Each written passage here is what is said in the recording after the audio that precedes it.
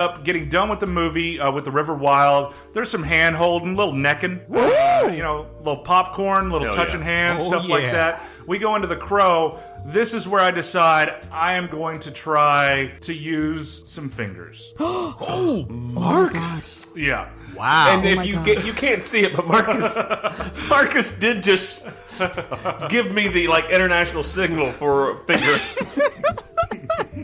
Oh, yeah, just so you guys know, we are in the same house together, but we're in different rooms, so just so you know. Just so we can finger. What's happening. So how did that experience go watching so the you're Crow in the other of all room movies? right now, air fingering. Air fingering. Fingering the air. Oh, my God, so how did it go? What happened? It went good. So we got done. Okay, I'm just going to close it up here real quick. The event happened, and it happened... It happened you sound during like you're the needle presenting in the this in chest court. scene. Oh my God! That was when we were getting into the meat and potatoes of it. I had told my buddy, you got to sit 3 seats down at least with your... And I don't know why I just said sit in another row, but I said you got to sit 3 seats down. I want you to know what's happening. To make this work. So she's moving all over the place. Oh, damn. Things are happening that I didn't know things could, it's just like, you're doing a good job. You gotta stay quiet. As you aggressively yell at her. So we get done, and the Crow gets done. We don't really say anything to each other. It's kind of this awkward stirring in your own juices in the theater of Odell. Oh, right. God. And we get out of the theater, and we walk out, and we're about to... My dad was picking this all up, and my dad looks down at us, and my zipper was unzipped, and her zipper was unzipped still. And we didn't zip up. And my dad just looks at us and say, "You kids need to zip up." Oh my God. And then I got my dad talked to me afterwards. We kind of had a talk about it. Just went through. I couldn't help it. I was watching Fun Boy get stabbed in the chest with hypodermic. So that was my event. Wow. One event of the Crow. Man, so that was your second time seeing it? That was my second time. Yeah. The early movie makeouts. I never experienced a movie makeout. Did you guys over at Creep Street? Harry Potter. God damn it. I took I was in 7th grade and I took an 8th grade girl. Oh. Well, you were driven took somewhere. An older lady to the theater that night, and we saw The Philosopher's Stone. And so did she. Yeah. Whoa. Wow. I don't really think I had any movie makeout situations in a movie theater. I think there was some, sitting in someone's basement movie smooching. But I just felt really uncomfortable with anything in public, even anyone holding my hand. I think that's very natural. In public, I was like, this is inappropriate. Yeah. So what I'm trying to say is I wasn't fuckable. I guess. I wouldn't make out unless people were watching. Yeah. Yeah, Dylan was the exact opposite. Yeah. I need an audience if this is going to work. He doesn't go to dollar theaters. He goes to that. Opening night to do it. Yeah. That's what this whole trip has been about, actually, just so others can watch us fuck. Trying to get Mo out of her shell. Right. So there's been maybe 3 memorable times, and only one time did making out happen. So I went to see Hope Floats twice on 2 different... Stop it. Stop. I saw it 2 different times on 2 different dates. And seeing Hope Floats twice is the worst experience you can imagine. Yeah. That should be the plot of, if they ever reboot The Crow. A guy seeks vengeance after having to see Hope Floats twice. First time I saw it was I was at a double date, and my friend made out. They pulled a Marcus. And the second time I just went by myself and was... I went on a date. Let's be clear. I wasn't that movie's so fucking good. Right. It required a second viewing to really get it. Really want to see how Harry Connick pulled off the character. And so nothing happened, but I saw that movie twice, and I was so frustrated that I saw it twice. Another time I went to see the movie The Dreamers. Do you guys remember that movie? Yeah. No. Was that one with Michael Pitt? Was that Yes. the NC-17 movie? Yeah, it was NC-17. Yeah. I never saw it, but I remember it was a big deal because it was very steamy. Yeah, I guess. I mean, the big thing that they do that I think gets the NC-17 rating, he has a picture of her that he hides between his dick and balls. And they show her finding it. She peels back his member and sees the Polaroid under there. Oh, wow. gee. That's so crazy. I've never seen this. Is this like he just walks around with it? Yeah, with his pants up, and I mean, he's not naked, but yeah, Right. he has it like as a way to keep her close to his groin in like a sweet sexual way, I guess. Maybe Wow. they played it like it was very tender, so maybe it was. But I was with a girl at that time, and she was really wanting to make out. Oh. And I guess, I don't know, for some reason, maybe I thought I knew this movie was artistic, so I was like, we shouldn't. You know? Like, we need to pay attention. Yeah, I said, I got to look at the cinematography. There was no one else in the theaters except us, and we didn't even make out. The third time, like, I probably should have made out was with my current girlfriend, who's also a research assistant on this episode, as she's sort of an expert on corvids. Yes. We went to see the movie Australia together in an early date of ours. Oh, yeah. Baz Luhrmann. Hugh Jackman, Baz Luhrmann, Nicole Kidman, sort of a love letter to Australia. Yeah.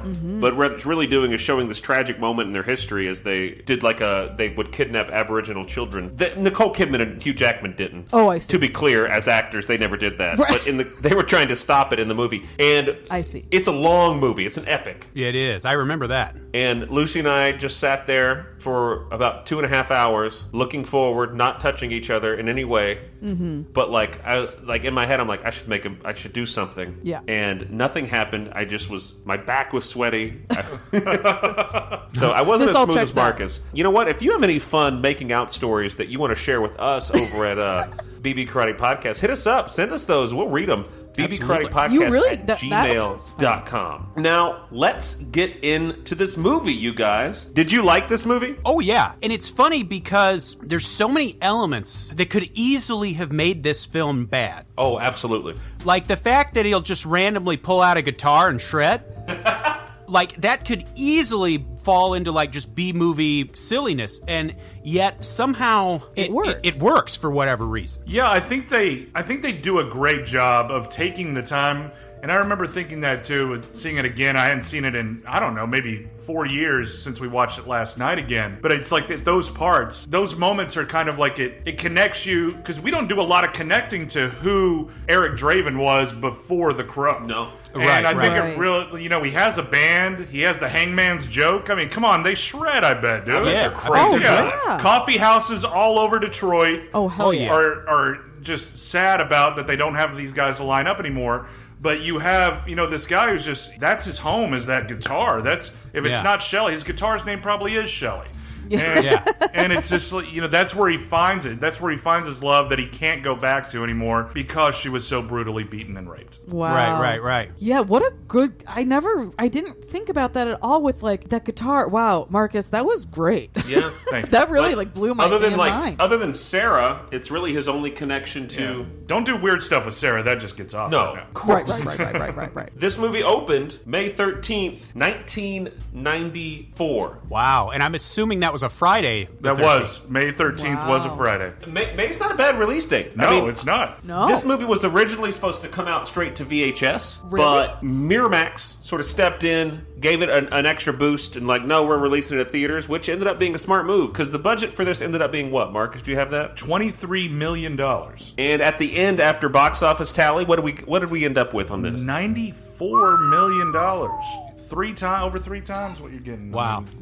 That's a box office hit. 4 times, sorry. Yeah. And you have to think that, they still make money off of it through other, Yeah, so that's just box office. You Right. get a video Very well. release, rental. Right. It had enough of absolutely. a cult following especially with the death of Brandon Lee. God rest his soul. Right. Like, you're renting that VHS when it comes out. Yeah. Absolutely. And they kept, apparently on the initial VHS release, they kept a stinger. If you watch through the end of the credits, Crow Eyes would pop up, and then it'd be like, this is the last interview with Brandon Lee. And they played the one that's on the special features for this. Wow. Which we got to see. And I was talking to you all last night. I think had he survived, this would have been like a star-making performance, because I think he's fantastic in it. Right. And I was telling Maureen last night, I know, hey, a lot of leading men are good looking, but there was something about him. He had such a unique, striking look. And he spoke in a way that he was very very, just even watching that interview, he's a very charismatic person. You're very taken with him right away. I think this would have,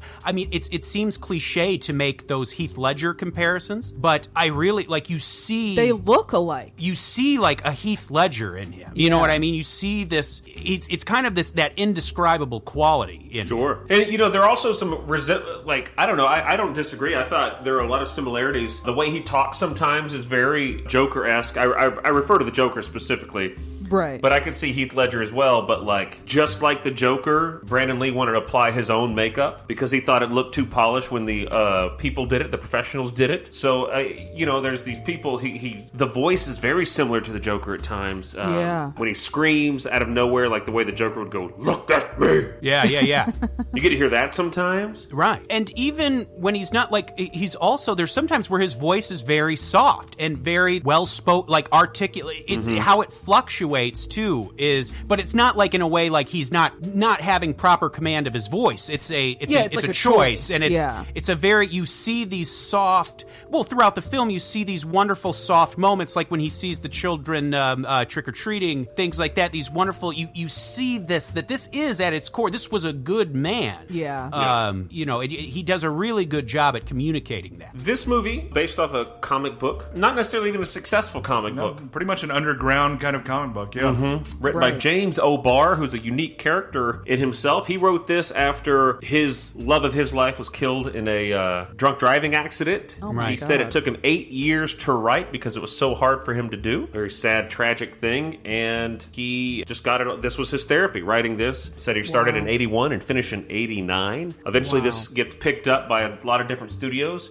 James O'Barr is very counterculture, so he didn't want to just trust it to any studio. There were studios that pitched him on the idea of making it a musical starring Michael Jackson, according to him. You're kidding me. No. Can you imagine? That's amazing. Like A musical starring Michael Jackson. Yeah. Wow. Like, they clearly... I don't think they got it. They missed it. Were they even reading the same comic? It's like, are you serious? Maybe they were like, Michael Jackson played a scarecrow once. Yeah. Right. Maybe he could sing about being a crow.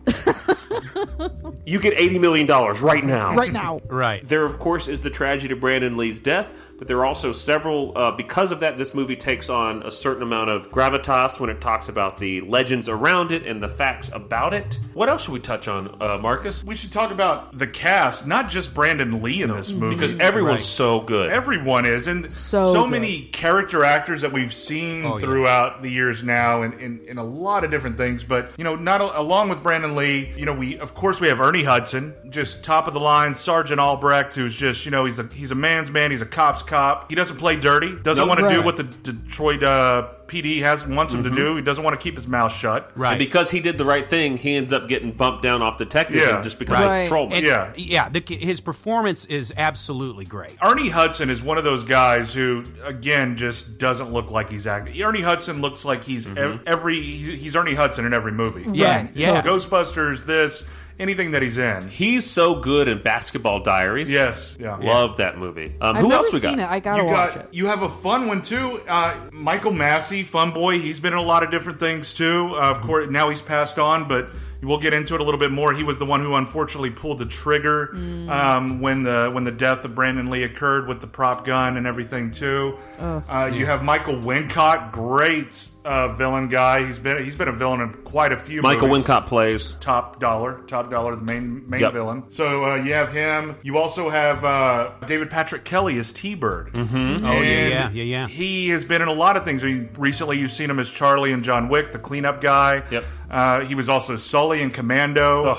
Which is a great little bit role, too, for the action movie lovers. There's so many people in this movie, just along with it, that just round it out. And these characters all have arcs in a way, too. Yep. Every single bad guy, to Albrecht, to Top Dollar, to T-Bird, to all these little guys, how fun, like, the Crow chasing each one is its own little movie in itself, too. Right. And Well said. to finding that one and having to kill him, but you get these little bits and pieces of its own little movie in each fight that you go to kill these guys. So, Creepstreet, other than, like, we all agree Brandon Lee is certainly a lead, and he's also the standout. Who else were some of the actors that stuck out to you guys, or characters? Totally agree with what you guys were saying, like, the characters you listed off. No, yet the performances are so strong. I'm totally blanking, the lead police officer? Ernie Hudson. Ernie Hudson. I always want to say Carl Weathers. That makes sense. Sure. I can Like, see it. they're like, I know they're not the same person. It's kind of like I do the same thing with Martin Sheen and Michael Douglas. I do the same thing. Yeah. Oh, yeah, I can I see know it. they're Right. different people, but they become one person in my mind. Anyway, I was really impressed with him.